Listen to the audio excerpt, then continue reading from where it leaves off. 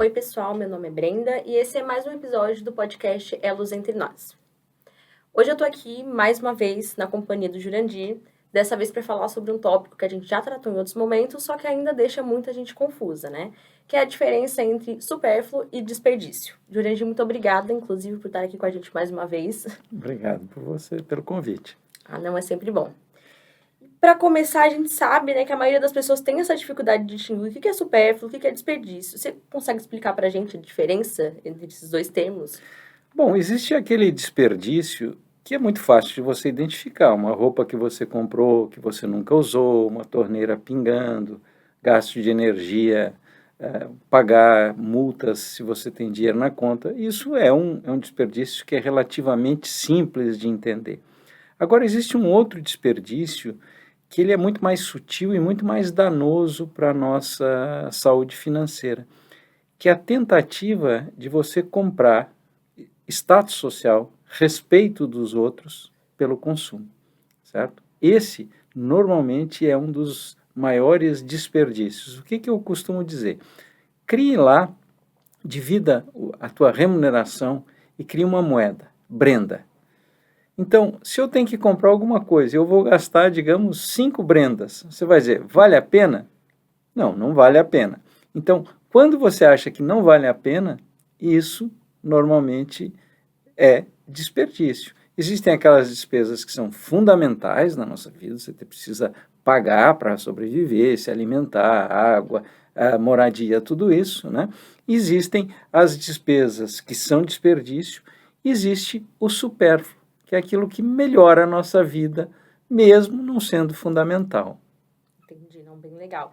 E trazendo isso para o dia a dia, né, a gente escuta sempre que deve cortar todos os supérfluos se for para economizar. Mas isso é verdade? Manter os supérfluos realmente atrapalha nos objetivos financeiros? Bom, se você cortar todos os supérfluos da sua vida, a sua vida vai ficar extremamente chata, não é? A vida vai ficar sem graça.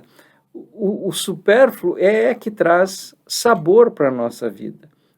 Então, o que a gente tem que eliminar é o desperdício. A gente só deve cortar a maior parte dos supérfluos se a gente está, por exemplo, muito endividado, que aí nós estamos pagando juros sobre o nosso descontrole financeiro, que é um grande desperdício. Então, você faz isso.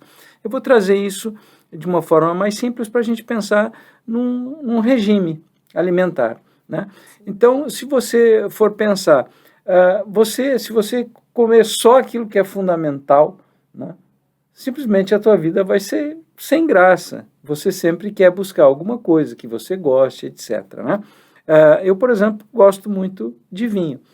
Mas, por gostar muito de vinho, eu saí de férias e tomei bastante vinho. E quando eu voltei, eu estava acima do meu peso. Então, o que eu tive que cortar? Cortar esse supérfluo, né? Felizmente, consegui voltar para o meu peso, então posso colocar isso novamente na nossa vida. Então, consumir supérfluo não é ruim. Consumir supérfluo é bom, é bom. O que a gente deve evitar é desperdício. Como falei, talvez o maior desperdício é você tentar comprar a respeito dos outros pelo consumo.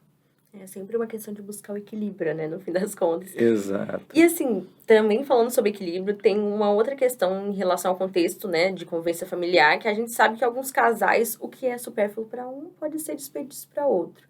Como é que a gente resolve aí esse impasse? Bom, isso é uma verdade. Para muitas pessoas, o que é para um supérfluo, para outro é desperdício. Como a gente resolve isso? A gente tratou no outro podcast da famosa mesadinha do casal. A mesadinha do casal é uma parte que a gente separa do salário dos dois, né? E um valor igual tanto para um quanto para outro. Então, aquilo que para um é desperdício e para outro é supérfluo, vai na mesadinha. Então, se você tem lá alguma coisa que o teu companheira diz, não, isso para mim é desperdício, ele diz, não, então isso eu vou gastar da minha mesada. Não, eu acho esse tópico sensacional, uma solução incrível, que a gente já falou, inclusive, em outro episódio. E aí, se vocês quiserem dar uma olhadinha, tem também um blog no nosso site, tem tudo bem explicado como formar a sua mesadinha. Eu acho isso incrível. E para fechar esse tópico, né, do desperdício e em relação ao supérfluo, a gente pode encontrar um equilíbrio saudável para economizar e, ao mesmo tempo, manter uma vida satisfatória?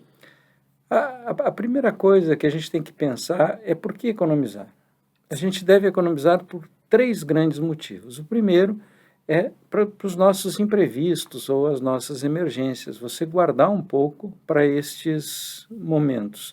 O segundo é a gente guardar algum dinheiro lá para o nosso eu futuro, para o dia que a gente resolver diminuir a quantidade de trabalho ou até parar, se aposentar efetivamente. Então, esse é um segundo motivo. E o terceiro é para a gente realizar os nossos sonhos, por exemplo, uma viagem, alguma coisa que você queira comprar, tudo isso. Então, o que é muito importante é que a gente, logo que a gente recebe a nossa remuneração, que a gente forme essa reserva de imprevistos, porque se a gente não formar, a gente infelizmente vai ter imprevisto, todo mundo tem, a gente vai ter que recorrer ao crédito, e aí esse crédito, por falta de controle, vai gerar juros, que é um desperdício. O segundo é a gente cuidar desse nosso eu futuro. E aí os planos de previdência, como aqui da Elos, te permite que você automatize isso. Eu pago meu eu futuro antes de que as despesas cheguem. Cuidar um pouquinho disso. E eventualmente, essas duas são mais difíceis, porque o nosso cérebro não vai acontecer nada, eu não vou ficar velho, vou poder trabalhar até o último dia. Então, essas a gente precisa automatizar essas decisões, né? Porque é muito ruim você ter uma emergência e você não ter dinheiro. Então, você ganha tranquilidade e paz de espírito. Quando você cuida do teu eu futuro, tu ganha tranquilidade e paz de espírito no presente. Agora, com relação aos sonhos, às vezes é fácil. Se você está imbuída, por exemplo, guardar alguma grana para viajar, você faz grandes sacrifícios, tira muitos supérfluos em favor deste outro supérfluo. A gente precisa entender que controle financeiro não é você estragar a tua vida, é você simplesmente adequar as tuas receitas e as tuas despesas, fazendo essa análise, conversando, analisando.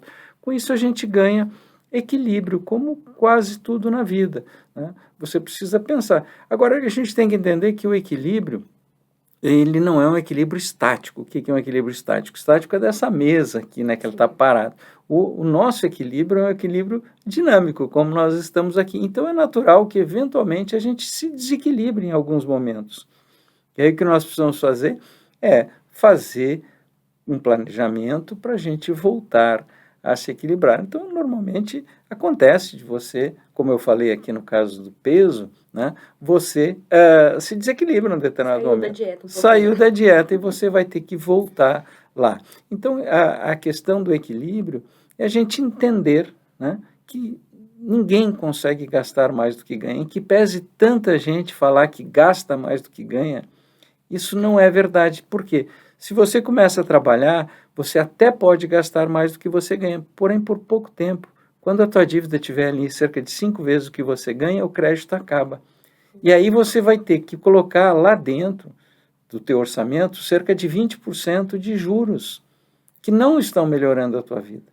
Então, quem pensa que gasta mais do que ganha, está se enganando. Ele pode gastar por curto período de tempo. Então, se eu estou endividado, eu preciso fazer um grande esforço, tirar desperdício, tirar supérfluo, às vezes até restringir o que é fundamental para voltar o equilíbrio. E aí sim, colocar dentro do nosso orçamento o nosso cuidado com os imprevistos, o nosso cuidado com o futuro, com os nossos projetos e com o nosso consumo. Adequar esse orçamento. É essa a ideia de finanças pessoais. Eu já te agradeço, né, mais uma vez por participar aqui, sempre ajudar a gente a entender essas questões financeiras de uma forma bem descomplicada. E para quem está nos assistindo, eu convido vocês a gente seguir a gente nas redes sociais, acompanhe a gente lá, a gente está sempre postando episódios falando sobre educação financeira, finanças pessoais e vários outros temas que eu acho que vai agregar bastante. É isso aí, até a próxima! Até a próxima!